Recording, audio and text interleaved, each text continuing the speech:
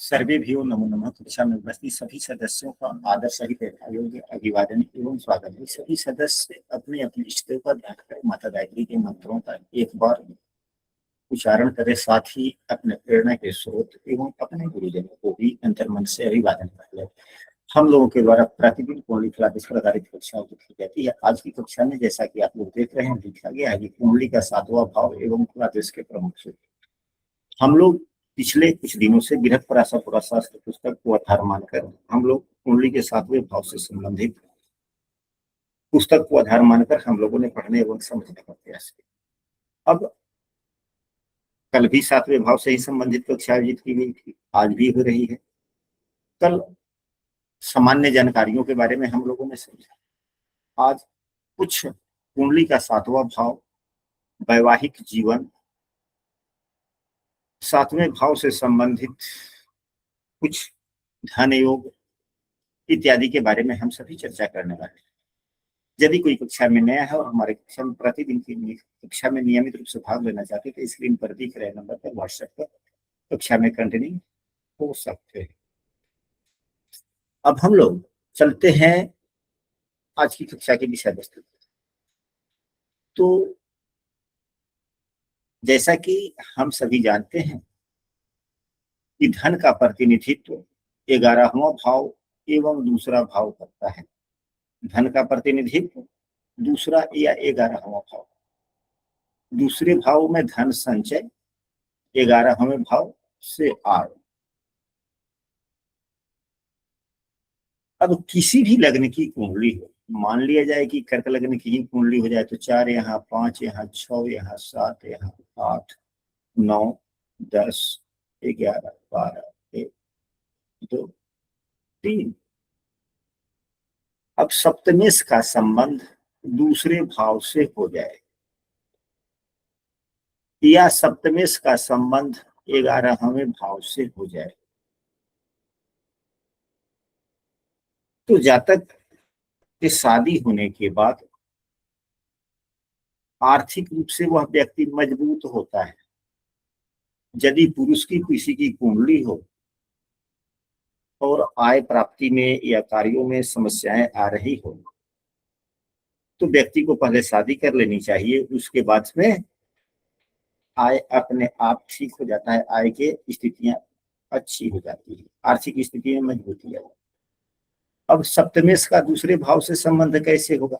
तो 7वें भाव के स्वामी, अभी उदाहरण कुंडली में 7वें भाव में 10 नंबर की राशि है, 10 नंबर की राशि के स्वामी जैसा कि शनिदेव होते हैं, हम सभी जानते हैं। यदि आपको पूर्व से उतना ज्ञात नहीं है तो यहाँ पर सभी ग्रहों को लिखा गया है, सभी ग्रहों के सामने उनकी राशियां लिखी गई है। अब 7वें भाव में 10 नंबर की राशि है, हम देख लेंगे 10 नंबर राशि कहाँ है। यहाँ पर है शनि के सामने, तो 10 नंबर राशि के स्वामी शनिदेव। तो शनिदेव यदि 11वें भाव में यहाँ बैठे तो 11वें भाव से संबंध हो, या शनिदेव दूसरे भाव में बैठ गए तो दूसरे भाव से संबंध, या और भी संबंध हो सकते हैं। सप्तमेश का 7वां भाव या सप्तमेश का संबंध दूसरे या 11वें भाव से। अब 11वें भाव में 2 नंबर की राशि लिखी गई है, हम यहाँ पर देखेंगे 2 नंबर राशि यहाँ पर है, 2 नंबर राशि के स्वामी शुक्रदेव होते हैं, शुक्रदेव यहाँ पर हो जाए। या दूसरे भाव में 5 नंबर की राशि लिखी गई है, 5 नंबर राशि के स्वामी सूर्यदेव होते हैं, सूर्यदेव यहाँ होते हैं। विवाह के बाद में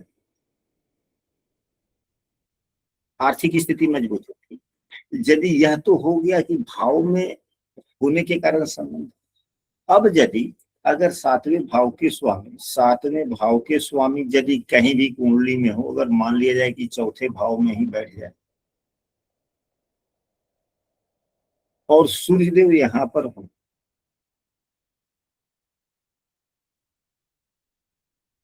तो शनि सूर्य को देखा, शनि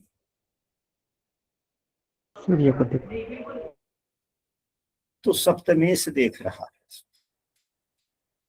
कौन देख रहा है सूर्य को? सप्तम सप्तमेश देख रहा है। तो क्या यह योग हुआ? या दूसरे भाव के मतलब कि शनि सप्तमेश दूसरे भाव के स्वामी को देख रहा है, तो क्या यह योग परस्पर दृष्टि से प्रभावित होगा? या किस भाव के स्वामी किसको देखेंगे तो हो? कभी कभी ऐसा भी हो सकता है कि यहाँ पर 9 नंबर की राशि हो, तब तो देव गुरु बृहस्पति हो जाएंगे दूसरे भाव के स्वामी। तो यहाँ पर 9, 10, 11, 12, 1, 2, अब 2 हो गया। तो अगर शुक्रदेव कहीं भी हो, अगर यहीं भी शुक्रदेव हैं, यहाँ पे गुरुदेव हैं, तब तो सप्तमेश एवं द्वितीयेश का परस्पर संबंध हो गया। द्वितीयेश एवं सप्तमेश का परस्पर से तब तो यह लाभ हुआ ही, तब तो यह लाभ हुआ ही। या सप्तम भाव का स्वामी एक 11वें में बैठ जाए या दूसरे में हो जाए तब तो हो जाए। लेकिन इन स्थितियों में यदि द्वितीय अगर देवगुरु बृहस्पति है, कुंडली में अगर देवगुरु बृहस्पति 12वें भाव में है और शुक्रदेव 4थे भाव में है, तो देवगुरु बृहस्पति 5वीं दृष्टि से देखे, तो क्या यह योग बना या नहीं बना?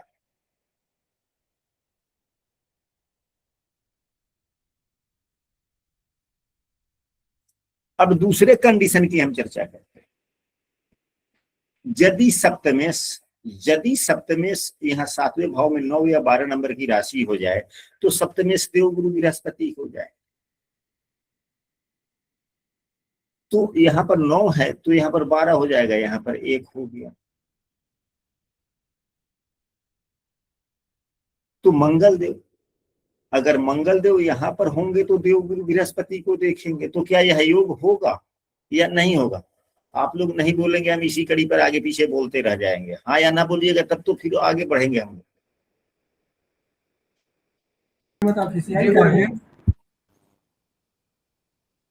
या अगर मंगल यहाँ रहेगा तो गुरु देखेगा। किन स्थितियों में यह योग प्रभावी होगी? अगर गुरु के सामने मंगल हो गया, यानी कि सप्तमेश और द्वितीयेश का आपस में परस्पर एक दूसरे को देख लेंगे, तब तो संबंध बन ही गया। या सप्तमेश 11वें भाव में हो, या सप्तमेश दूसरे भाव में हो, या दूसरे भाव का स्वामी 7वें भाव में हो, या 11वें भाव का स्वामी 7वें भाव में हो, तब तो यह परस्पर संबंध बने। जी जी। तो यह विवाह के बाद में आर्थिक मजबूती को सही के तरफ इशारा है। तो किसके कारण आर्थिक सही मजबूती मिली? अगर पुरुष की कुंडली है गुरुजी, तो पत्नी के द्वारा। तो भाई मेरे किस भाव के द्वारा? सप्तम भाव गुरुजी, सप्तम भाव का यानी कि द्वितीय भाव और एकादश भाव से संयोग होने के कारण धनागम होगा। तो सप्तम भाव दूसरे को देख रहा है, दूसरे से संबंध बना, यानी कि सप्तम भाव 11वें को देख रहा है तो भी, या दूसरा 11वां भाव सप्तम भाव को देख रहा है तो भी, तो नहीं। अगर सप्तमेश, अगर 7वें भाव का स्वामी यदि दूसरे भाव को देखे, सप्तम भाव का संबंध यदि 11वें या दूसरे भाव से हो, तो इस सूत्र को समझें। अब यहाँ पे 7वें भाव का स्वामी देवगुरु बृहस्पति है। देवगुरु बृहस्पति यदि 12वें भाव में बैठे हुए हैं, यहाँ पर 9 हुआ तो यहाँ पर 12 हुआ, तो यहाँ पर 1 हो गया। तो 1 के स्वामी मंगल देव हुए, तो यदि 9वें भाव में मंगल देव बैठेंगे तो गुरु को देखेंगे, तो नहीं। अगर परस्पर संबंध है तब तो उत्तम बात है ही। यदि परस्पर संबंध नहीं है तो सप्तमेश यदि दूसरे भाव के स्वामी को या 11वें भाव के स्वामी को देखता है, तो विवाह के बाद सप्तमेश यदि दूसरे या 11वें भाव के स्वामी को देख रहा हो तो विवाह के बाद में भाग्योदय धनागमन होता है। क्योंकि यहाँ पर महत्व आय भाव के स्वामी का नहीं है, यहाँ पे महत्व दूसरे भाव के स्वामी का नहीं है, वो तो आपके है ही। यह महत्व 7वें भाव का है, क्योंकि 7वां भाव 10म भाव का 10वां होता है। भावत भावम के अनुसार 7वां भाव आपके जीवन के सहयोगी का भी है और 10वें भाव का भी 10m से 10m है। इसलिए 7वां भाव यदि दूसरे भाव या 11वें भाव के स्वामी को देखे या 7वें भाव से इनका संबंध बने, तो संबंध भी तो परस्पर और एकल भी होता है ना जी। तो परस्पर हो गया तब तो वहां पे कोई संशय की बात ही नहीं। यदि एकल होता है तो वहां पे समझना होता है, वहां पे समझना होता है। देह हुआ तो यह तो हुआ कि विवाह के बाद में संपन्नता समृद्धि, और भी सूत्र होते हैं। गुरु जी अगर सप्तम भाव में राहु बैठे हो हाँ 1 नंबर राशि के साथ, हाँ इस पोजीशन में, और 1 नंबर के जो मंगल है 12th हाउस में बैठे हों, इस पोजीशन में शादी की क्या पोजीशन रहेगी? चलिए, अब यहाँ पे मंगल भी हो गए जी, मंगल देख रहे हैं, शादी तो हो जाएगी, शादी तो हो जाएगी। हाँ दूसरी शादी अगर होनी हो तो हो सकती है कि नहीं गुरु जी?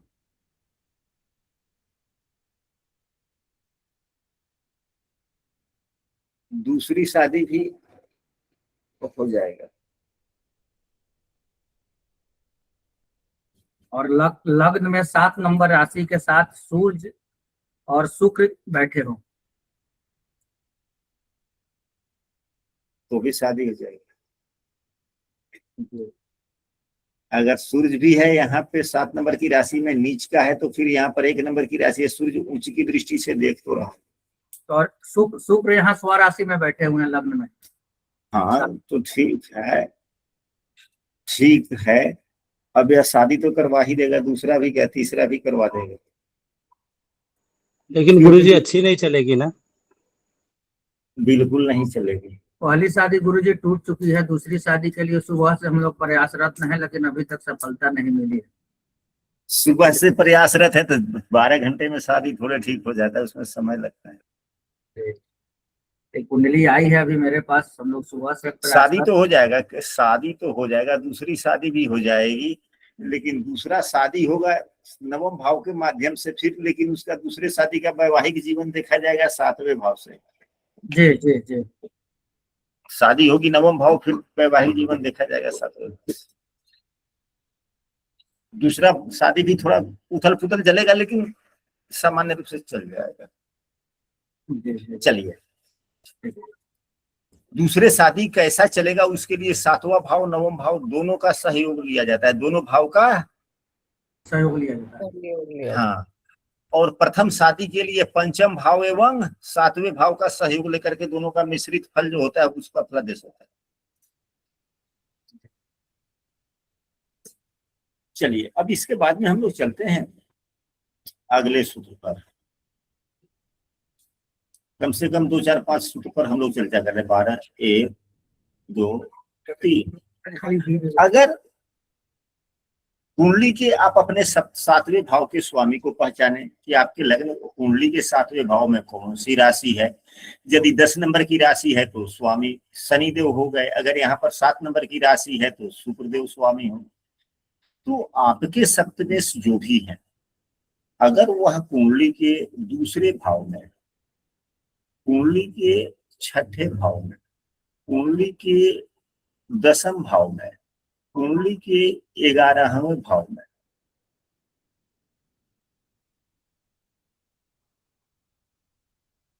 हालांकि पहले सूत्र पर भी हम लोगों ने चर्चा कर लिया है, पहले सूत्र का भी समायोजन कर देते हैं। अगर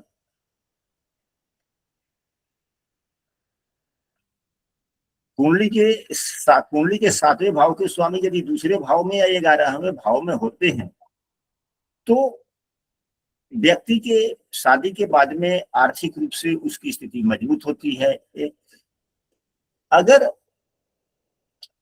7वें भाव के स्वामी तीसरे में, छठे में या 10वें में होते हैं तो भी शादी के बाद में व्यक्ति की आर्थिक स्थिति तो थोड़ा मजबूत होता ही है, साथ में प्रतिभा में भी बदलाव आता है, साथ में प्रतिभा में भी बदलाव आता है, वो भी माइनस में नहीं प्लस में,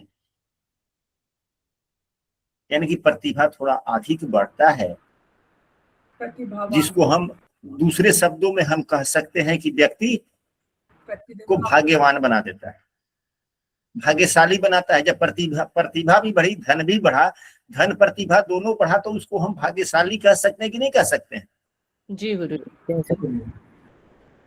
भाग्यशाली कह सकते हैं। तो इसी सूत्र का समायोजन यहाँ पर हुआ कि यह भी उपचय भाव है, यह उपचय भाव है, यह उपचय भाव है, तो 11वां भाव भी उपचय भाव है। तो यदि सप्तमेश 11वें भाव में भी हो तो व्यक्ति को समृद्ध और प्रतिभावान बनाता है, यानी कि भाग्यवान बनाता है। ये दो सूत्र हम लोग, भले कुंडली में चाहे महिला की कुंडली हो या पुरुष की कुंडली हो, हम लोगों का यह वैवाहिक जीवन से संबंधित बातें चल रही है। इसमें कई तरह के प्रश्न हो सकते हैं, प्रेम विवाह होगा कि नहीं होगा, कैसे चलेगा नहीं चलेगा, इस पर ढेर सारी बातें, तो वह बात अलग है, उसके सूत्र अलग है। प्रेम विवाह के लिए सबसे प्रमुख सूत्र है, यदि पंचमेश एवं सप्तमेश की युति हो या परस्पर एक दूसरे को देख रहे हो या परस्पर किसी भी प्रकार का संबंध हो तो प्रेम विवाह होने की संभावनाएं बनती है। या पति पत्नी में आपस में थोड़ा प्रेम अधिक रहता है। अब यह परस्पर संबंध कैसे देखेंगे तो संबंध 4-5 प्रकार के होते हैं। अब यह मंगल यहाँ पे बैठ जाए और यहाँ 8 नंबर राशि के स्वामी मंगल देव होते हैं। अब मंगल देव सप्तम भाव में बैठ जाए, 7वें भाव में 10 नंबर की राशि है, उसके स्वामी शनि देव यहाँ पर बैठ गए, अभी हुआ परस्पर संबंध। अब दोनों एक दूसरे से 7वें हो, मंगल यहाँ हो जाए, शनि यहाँ हो जाए, तो एक दूसरे को देख लिए, अभी परस्पर संबंध हो, ये भी प्रेम। अब शनि मान लिया जाए कि यहाँ पर हो और मंगल यहाँ पर हो, तो मंगल की चौथी दृष्टि शनि पर पड़ी और शनि की 10वीं दृष्टि मंगल पर पड़ी, यानी कि भाव परिवर्तन हो, राशि परिवर्तन हो, या दृष्टि परस्पर दृष्टि संबंध हो, या परस्पर कहीं भी युति हो जाए, परस्पर कहीं भी तो भी, या नवमांश में भी मंगल शनि की युति हो जाए, या नवमांश में राशि परिवर्तन हो जाए। अगर यहाँ लग्न कुंडली में इस प्रकार के संबंध नहीं दिख रहे हैं तो नवमांश कुंडली में भी परस्पर दृष्टि हो जाए या नवमांश कुंडली में राशि परिवर्तन हो जाए तो प्रेम विवाह होने की संभावना है। मतलब प्रेम विवाह का सबसे प्रमुख सूत्र यही है या दूसरा भी है?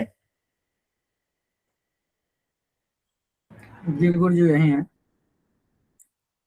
और भी ढेर सारे सूत्र हैं प्रेम विवाह के। प्रेम विवाह होते कि वह सफल होगा कि नहीं होगा, यह बड़ा विषय वस्तु है अपने आप में, लेकिन प्रमुख सूत्र यह है। लेकिन एक सूत्र और है, यही पूछ रही थी गुरु जी, सिर्फ मंगल और शनि की दृष्टि युति या फिर उनका भाव संबंध होने से ही सिर्फ प्रेम विवाह होता है और किसी से नहीं होता? नहीं, हमने मंगल शनि कब कहा? नहीं, मंगल शनि नहीं, सॉरी, 5वां और 7वां भाव। हाँ, हमने पंचमेश एवं सप्तमेश का। जी, पंचमेश सप्तमेश, सॉरी। तो पंचम भाव के स्वामी एवं सप्तम भाव के स्वामी का यदि परस्पर संबंध हो तो प्रेम विवाह को दर्शाता है। और प्रेम विवाह का सबसे प्रमुख सूत्रों में से एक सूत्र यह है। अच्छा, यह सूत्र साधारणतया सभी व्यक्ति को जानना चाहिए। मालूम रहता है। गुरु जी, नवमास कुंडली में यहाँ लग्न कुंडली के सप्तमेश और पंचमेश को देखना है कि नवमास कुंडली के सप्तमेश पंचमेश?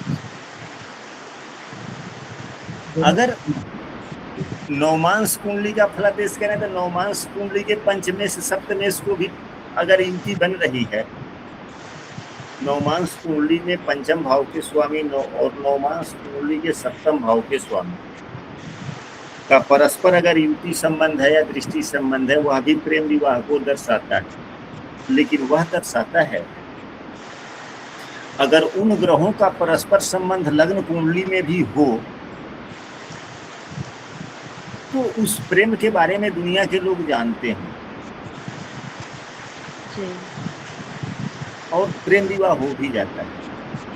अगर लग्न कुंडली में परस्पर संबंध न हो और नवमांश कुंडली में परस्पर संबंध होता है तो दुनिया को पते नहीं चलता है, लेकिन प्रेम विवाह से शादी वादी हो जाता है, बाद में पता चलता है।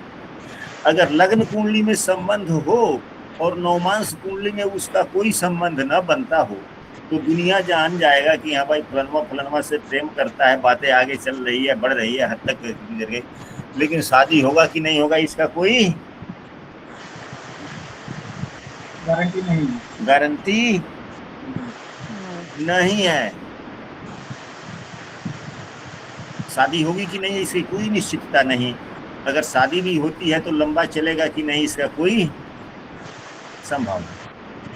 चलिए, तो हम चर्चा कर रहे थे प्रेम विवाह का। तो यदि एक प्रेम विवाह का स्वतंत्र सूत्र है कि यदि सप्तम भाव में मंगल एवं शुक्र की युति हो, मंगल एवं शुक्र युति में यह अपने आप में एक स्वतंत्र योग बना देता है। अपने आप में यह एक स्वतंत्र योग बना देता है प्रेम विवाह के लिए। कब? जब यह युति 7वें भाव में हो और राहु के द्वारा देखा जाता हो या राहु से युति ही हो, यानी कि 7वें भाव में मंगल शुक्र राहु हो या 7वें भाव में मंगल शुक्र की युति हो, उस पर राहु की दृष्टि हो,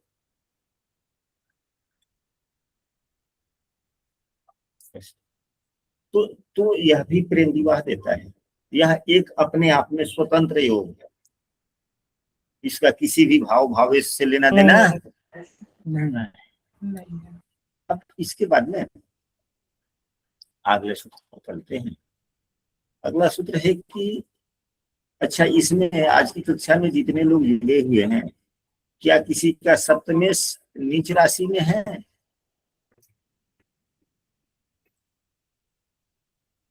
देखा ही नहीं कभी। अगर 7वें भाव का स्वामी कुंडली में कहीं भी हो, नीच का हो,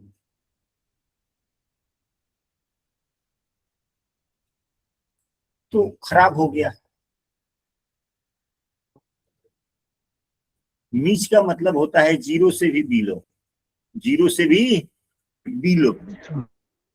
और उच्च का मतलब नीच का हो गया कि जीरो से भी बिलो, और उच्च का मतलब हो गया कि सर्वोत्तम 100%। सुपर से भी ऊपर,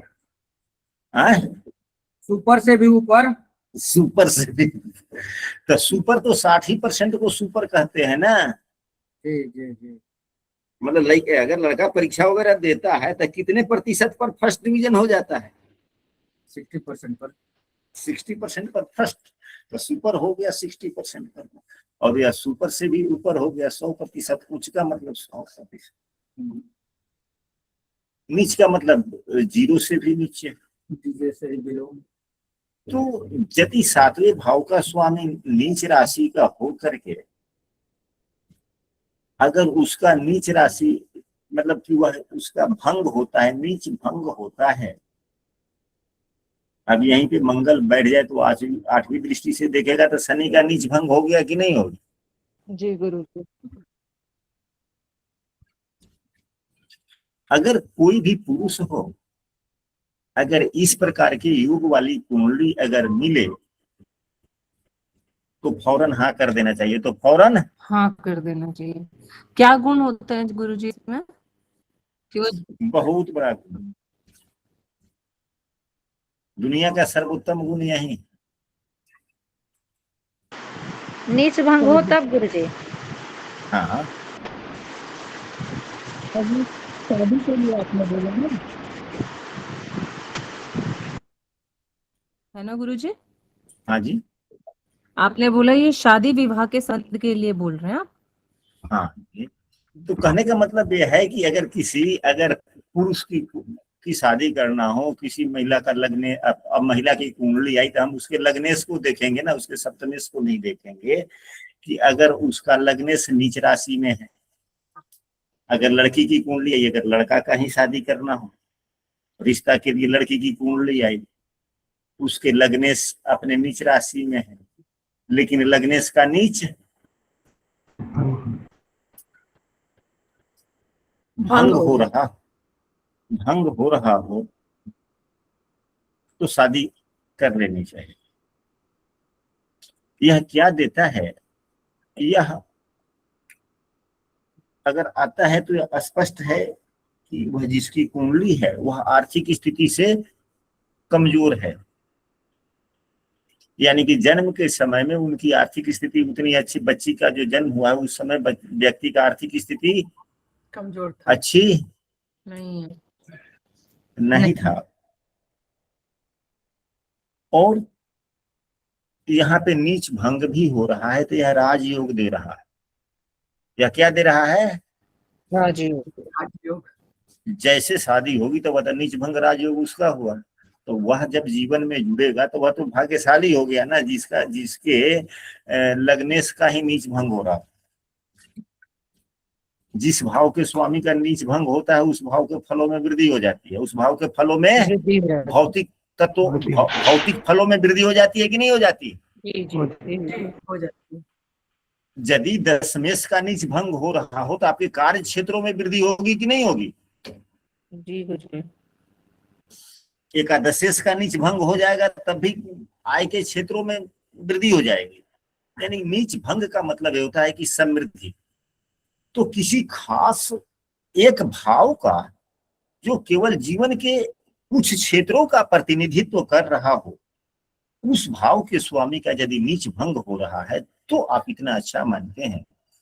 और लग्न तो कुंडली के सभी भावों का प्रत्यक्ष या अप्रत्यक्ष रूप से प्रतिनिधित्व करता है। वह व्यक्ति बहुत भाग्यशाली होती है, शादी के बाद में भाग्य बहुत बदलता है, बहुत ऊंचाइयों तक लेके जाने वाला है, बहुत ऊंचाई तक लेके ऊंचाई तक। क्योंकि तो नीच भंग राजयोग हुआ, लग्न से ही हुआ, तो लग्न तो वह व्यक्ति स्वयं है, तो वह तो अपने आप में राजयोग हो गया ना। जी गुरु जी। गुरुजी आपने जैसे इसमें कहा कि लड़की के लिए लग्न देखे और लड़के के लिए क्या सातवां भाव? अरे मेरे भाई, वो नीच भंग के लिए। नीच भंग मतलब लग्नेश का आपने बोला ना, लड़की की कुंडली है तो लग्नेश का वो देखे नीच भंग। लड़के का कुंडली हो, लड़के की शादी करनी हो और किसी लड़की की कुंडली का नीच भंग हो रहा हो, लग्नेश का नीच भंग हो रहा हो तो बहुत उत्तम होता है। जी सौभाग्य के लिए, भाग्य के लिए जी। और ये अगर मतलब लड़के की देखनी हो लड़की के लिए तो लड़के का नीच भंग, तब भी लग्नेश का ही देखे। हाँ तब लड़की के लिए अगर लड़के की कुंडली देखना है तो लड़के का लग्नेश का नीच भंग। अच्छा। और यह यदि सप्तमेश, अब यहाँ पर पूछा जाता है ना कि आपका जीवन साथी कैसा होगा, आपका जीवन साथी। तो अब यदि सप्तमेश का नीच भंग हो रहा हो, यदि सप्तमेश नीच राशि में हो और उसका नीच भंग होता हो तो यूं समझे कि आपकी पत्नी, आपका जीवन साथी आपके स्टैंडर्ड से बिलो स्टैंडर्ड का मिलेगा, लेकिन शादी करने के बाद में जिस स्टैंडर्ड में आप हैं उसमें और वृद्धि होगी और वृद्धि होगी। अगर यह किसी लड़के की लड़का का कुंडली हो और आपसे यह कुंडली दिखलाया जाए और पूछा जाए कि हाँ बहू कैसी आएगी, कैसी परिवार की होगी, ठीक ठाक तो होगी नहीं होगी, हमारे बच्चे के शादी करने के बाद में उसका भाग्य नसीब क्या बदलेगा कि नहीं बदलेगा, तो सीधे दो ही बात कहना है, दो ही बात कहना नहीं है, दो बात की संभावनाएं व्यक्त करनी है कि मैं तो ज्यादा कुछ मैं नहीं कह सकता, लेकिन इतना मैं निश्चित कहना चाहूंगा कि आपके परिवार की जो लिविंग स्टैंडर्ड है उससे थोड़ा कम लिविंग स्टैंडर्ड की बहू मिलेगी, लेकिन जो ही शादी अगर वैसे अगर रिश्ते आ रहे हैं, अगर वैसे रिश्तों से आप करते हैं तो समझ लीजिए कि आपके लड़के का ज्यों ज्यों समय बीतता जाएगा त्यों त्यों भाग्य दिन प्रतिदिन दिन गुना रात चौगुना, मतलब स्थितियों में काफी बढ़ोतरी होगी, बढ़ोतरी, हम ऐसा कर सकते। अगर नीच भंग हो रहा हो और षडाष्टक योग बन रहा है, षडाष्टक योग तो सदैव खराब होता है, तो ना कह देना है।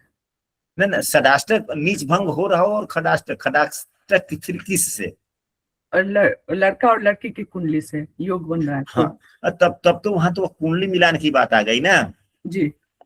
अच्छा, अगर कुंडली मिलान में गड़बड़ योग मिल रहे हैं तब तो वह जीवन को प्रभावित करेगा ही करेगा ना जी करेगा।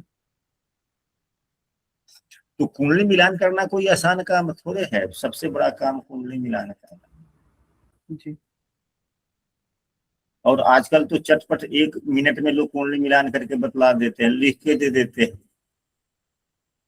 5 मिनट भी समय नहीं लगने देते। चलिए अब इसके बाद में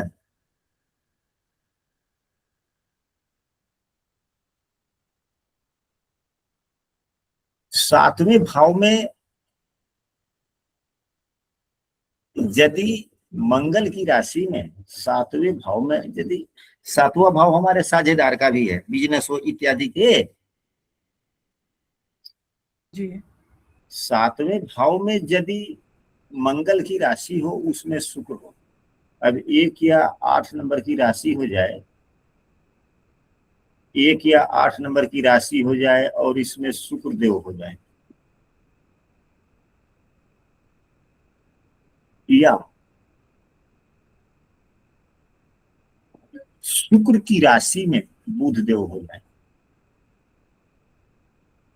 शुक्र की राशि कौन कौन सी होती है, तो शुक्रदेव के सामने 2 और 7 है, तो 2 या 7 नंबर की राशि में बुधदेव हो जाए तो साझेदारी से परहेज रखना चाहिए। क्या करना चाहिए, साझेदारी से। इसके उपाय एक हैं, जहां पे एक बात मैं आप लोगों से कहना चाहूंगा कि जहां पे समस्याओं वाली बात उत्पन्न हो जाती है, जहां पे समस्या वाली बात उत्पन्न है, जहां पे समस्या वाली बात उत्पन्न हो जाती है वहां पर आप लोगों को तुरंत उपाय पर चर्चा करना चाहिए कि ठीक है बात समझ गया, समस्या तो आ गई, तो फिर यदि इस प्रकार की स्थितियां बनती है तो उपाय क्या करना चाहिए। हम 1 मिनट की एक कहानी कहते हैं, 1 मिनट की एक कहानी कहते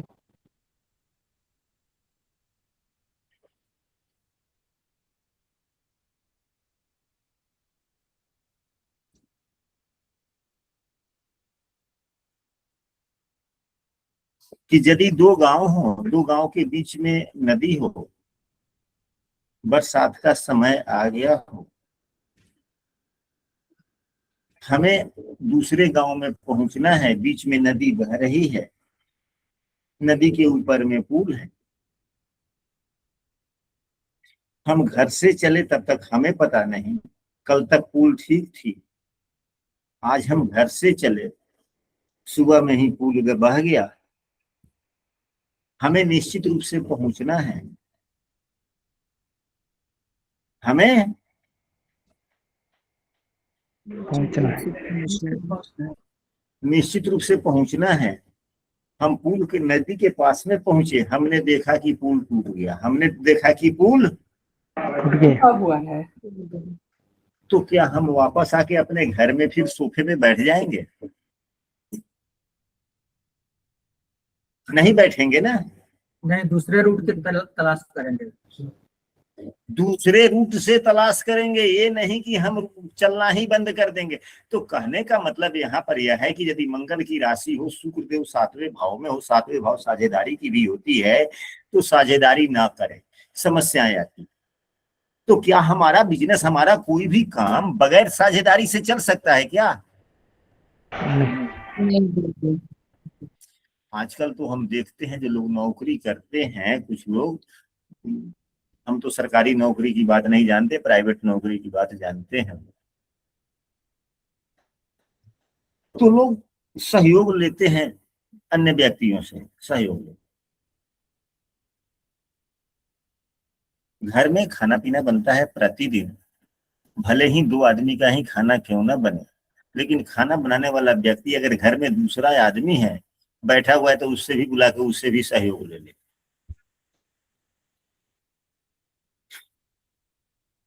केवल नजर तो पड़ जाना चाहिए कि दूसरा व्यक्ति खाली है और बगल में है, तुरंत सहयोग के लिए आदेश जारी हो जाता है कि नहीं हो जाता है? जी जी। हो जाता है। तो बगैर सहयोग का दुनिया का कोई काम नहीं है, बगैर साझेदारी का कोई काम नहीं है। और हमने यहाँ पर कहा कि मंगल की राशि में शुक्र हो या शुक्र की राशि में बुधदेव हो तो साझेदारी से बचना है। तब तो फिर उसका दुकान भी नहीं चला, कुछ कोई कमाए नहीं। तो फिर इसका उपाय क्या है? इसका उपाय उठना क्या पड़ेगा। है? एक ही उपाय है, सरल सा, सीधा सा। यहाँ पे कोई जब तक पूजा पाठ करने की आवश्यकता नहीं। नहीं है। हम अपने आप को स्वयं को बेवकूफ बन जाए, हम अपने आप स्वयं को, बेवकूफ बने। यानी कि हम क्या जानते हैं अब उसकी, वह सामने वाले को, हम अपने साझेदार को न बताएं कि हम कहाँ तक क्या तक जानते हैं। बार बार अपनी उपलब्धियों को उसको ना बोले, हम बार बार उसको डायरेक्शन ना दें। यदि कोई बात होती है, वह व्यक्ति आता है तो सीधे फौरन बोले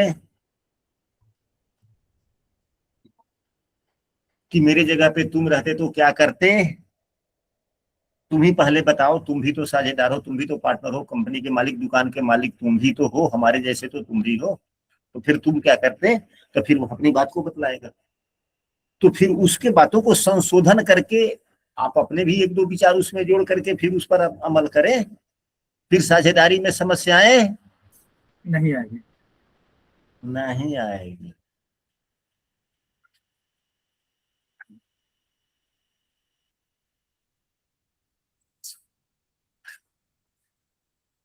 यानी कि सामने वाला जो बोलना चाहता है उसकी मन की बात पहले सुन ले, फिर अपना विचार दे।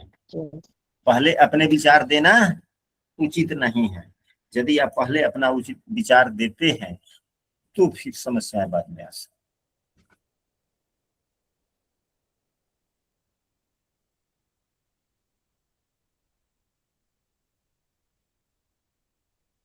अब सूत्र यह है, पुस्तकों में मंद शब्द का उपयोग किया गया है। पुस्तक में मंद शब्द। मंद शब्द का उपयोग कहा गया है, तो मंद शनि को कहते हैं क्योंकि वह धीमी गति से भी चलता है।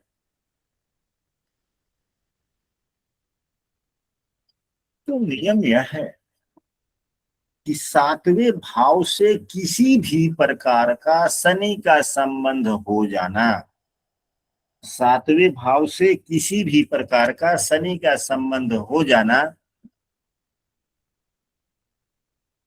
विवाह में देरी दर्शाता है। विवाह में देरी करता है।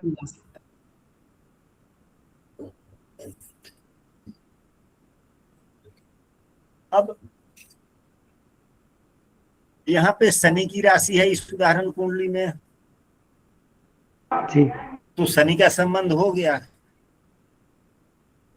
जी यानी कि आप लोग यह समझेंगे कि कर्क राशि या सिंह राशि की कुंडली में शनि स्वामी होते हैं। सिंह राशि के कुंडली में भी शनि ही स्वामी होते हैं, कर्क राशि के भी शनि। तो थोड़ा प्रयास ज्यादा करना पड़ता है शनि का, प्रयास ज्यादा करना। ज्यादा अगर सातवें भाव में भी शनि हो, अगर शनि की राशि न हो, केवल एक अकेला शनिदेव सातवें भाव में बैठे हों, तो भी विवाह में देरी। सातवें भाव के स्वामी कोई भी ग्रह हो, अगर सप्तमेश को शनि देख रहा है तो भी विवाह में देरी। परस्पर युति से कुछ यहाँ पर लेना देना नहीं है। यानी कि शनि प्रभावित सप्तम भाव या सप्तमेश को करता है तो विवाह में देरी। अब शनि और सप्तमेश का परस्पर संबंध है तो वो उसका फल अलग हो जाएगा, विवाह में देरी भी होगा और उसका फल अलग हो जाएगी। यहाँ विवाह की देरी की बात। अब यहीं पे किसी, अब सप्तमेश कोई भी ग्रह हो, सप्तमेश कोई भी ग्रह कोई भी नहीं। अगर मान लिया जाए कि यहाँ पे सातवें भाव के स्वामी बुधदेव ही हो,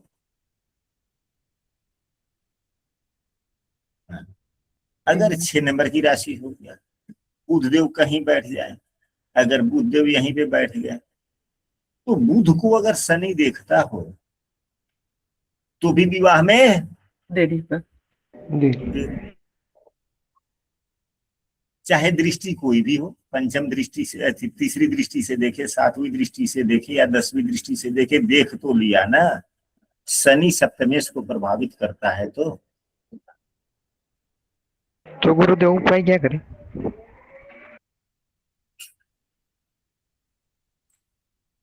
देरी और समस्या।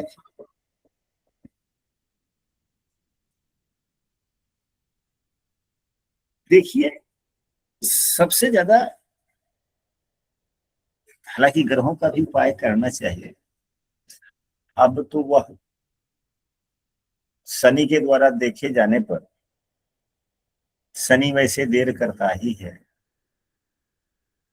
तो विवाह के लिए गुरुजन कहते भी हैं और हम भी वही उपाय करते हैं कि आने वाले समय में किस ग्रह के द्वारा 7वां भाव शुभ प्रभावित हो रहा है शादी से पूर्व, कि हाँ अगले साल शादी हो जाएगी, इतने समय में होने वाली है, दशा अनुकूल आने वाला है, दशा शादी के अनुकूल आने वाला है और शनिदेव का संबंध बन रहा है तो विवाह में देरी। तो फिर देखा जाता है कि उस समय में, आने वाले समय में अब सप्तम भाव शुभ प्रभावित कब हो रहा है, किस ग्रह के द्वारा होने वाला है। सप्तम भाव किस ग्रह के द्वारा, शुभ ग्रह के द्वारा प्रभावित होने वाला है। हाँ, सप्तम भाव या सप्तमेश किस शुभ ग्रह के द्वारा प्रभावित होने वाला है, उस शुभ ग्रह को आप बल बढ़ाया जाता है। उस शुभ ग्रह का बल बढ़ाया जाए। शनि एक ऐसे ग्रह हैं, शनि देव एक ऐसे ग्रह हैं कि यदि बीमारी न हो, यदि बीमारी न हो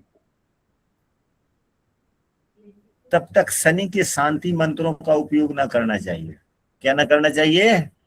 शांति मंत्रों का उपयोग नहीं करना चाहिए, कभी नहीं करना चाहिए शनि की शांति, यदि बीमारी के कारण न बनते हो तो।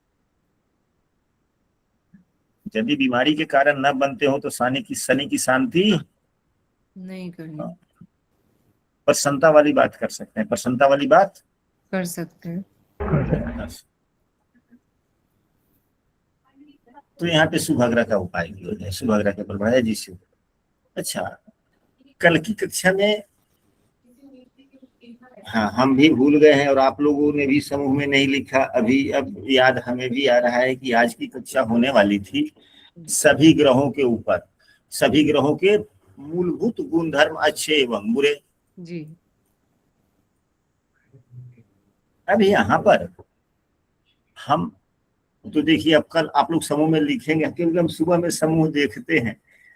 अगर समूह में कुछ लिखा हुआ है तो ठीक है, यदि समूह में कुछ लिखा हुआ नहीं है तो हम पिछला रूटीन अपना देख के आगे बढ़ जाते हैं। और सोमवार के सोमवार हम केवल समूह को बहुत पीछे से देखते हैं कि पहले कुछ एक सप्ताह पहले से कोई मैसेज तो नहीं है, कुछ प्रश्न लिखे गए हैं क्या, उस पर क्लास हुई है कि नहीं हुई है, तो सोमवार मंगलवार को उस विषय वस्तु पे क्लास होती है और फिर अनुभव चलती रहती है। आप लोगों ने नहीं लिखा, हम भी भूल गए थे, तो जो चर्चा चल गई।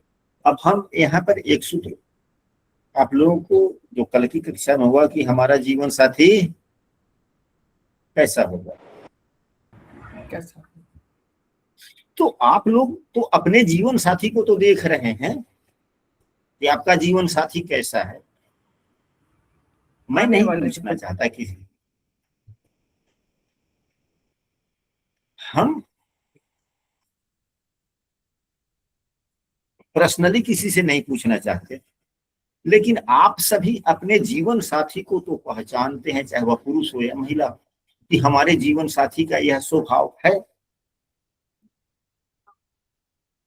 जीवन के इतने दिन तक, साल 2 साल 10 साल 20 साल साथ में रह लिए तो जीवन साथी, अपने जीवन साथी को पहचान लिए ना कि आपके जीवन साथी का स्वभाव सामान्यतः कैसा है। जी जी जी गुरुजी। या 10-20 साल में भी नहीं पहचाने आनंद कुमार जी के जैसा। जी गुरुजी, मैं तो पहचान लिया हूँ गुरुजी। तो फिर आपको बोलना चाहिए ना कि हाँ हम पहचानते, हम अच्छे बुरे की बात नहीं करते। अब मैं जो इसके बाद में कहने जा रहा हूं, क्योंकि समय भी नहीं है, हम बस 1-2 मिनट में बात समाप्त करेंगे, उस बात को आप सभी ध्यान से सुनिए। आप सबों के पास में अपनी जन्म कुंडली तो होगी, आप अपने जन्म कुंडली के सप्तम भाव को देखिए कि सप्तमेश आपका कौन है, लग्न कुंडली का सप्तमेश कौन है, और लग्न कुंडली के सप्तमेश को देखिए नवमांश कुंडली में किस राशि में है। जी।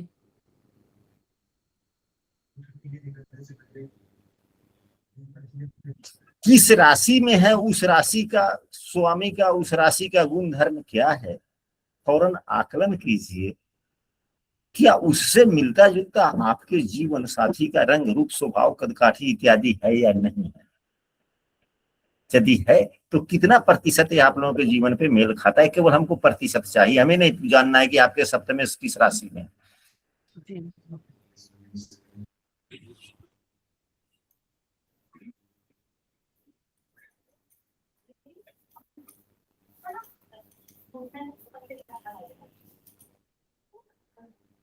गुरुजी उसमें क्या लिखना है अभी कि सभी ग्रहों के धर्म और नहीं ये बातें नहीं कीजिए। हमने जो प्रश्न कहा उस पर तो कम से कम अन्य लोगों का प्रतिक्रिया, हमने तो प्रतिक्रिया के लिए हम इंतजार कर रहे हैं और प्रतिक्रिया किसी ने दिया नहीं। इसका मतलब ये है, इससे स्पष्ट होता है कि आप लोग क्या तो किसी भी ग्रहों के राशियों के गुणधर्म अभी आपको याद नहीं है।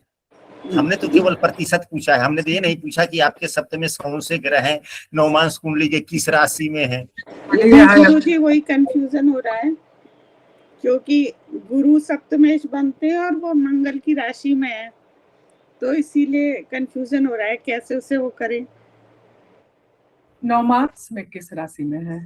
हाँ, मंगल की राशि में है, नवमांश में। अच्छा, चलिए तो आप सभी इसका गहन विचार विमर्श कीजिए।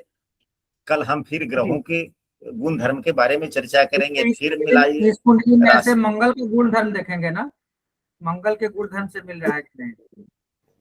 हाँ नहीं, जैसे मंगल का ये है कि चलो गुस्सा होगा तेज, या कुछ मतलब तेज स्वभाव के होंगे, मतलब बाकी भी काफी गुण धर्म होंगे। नहीं नहीं, हम एक दो सुनना चाहते हैं। यदि देवगुरु बृहस्पति है, मंगल की राशि में है, तो विद्वता, ज्ञान, बुद्धिमता तो है ही, लेकिन उसके साथ में उग्रता भी है, जल्दबाजी भी है, साहस भी है, पराक्रम भी है, सब कुछ है गुरु जी। डेयरिंग भी रहेगा। तो गुरु जी अच्छा होगा, अच्छा माना जाएगा इसको।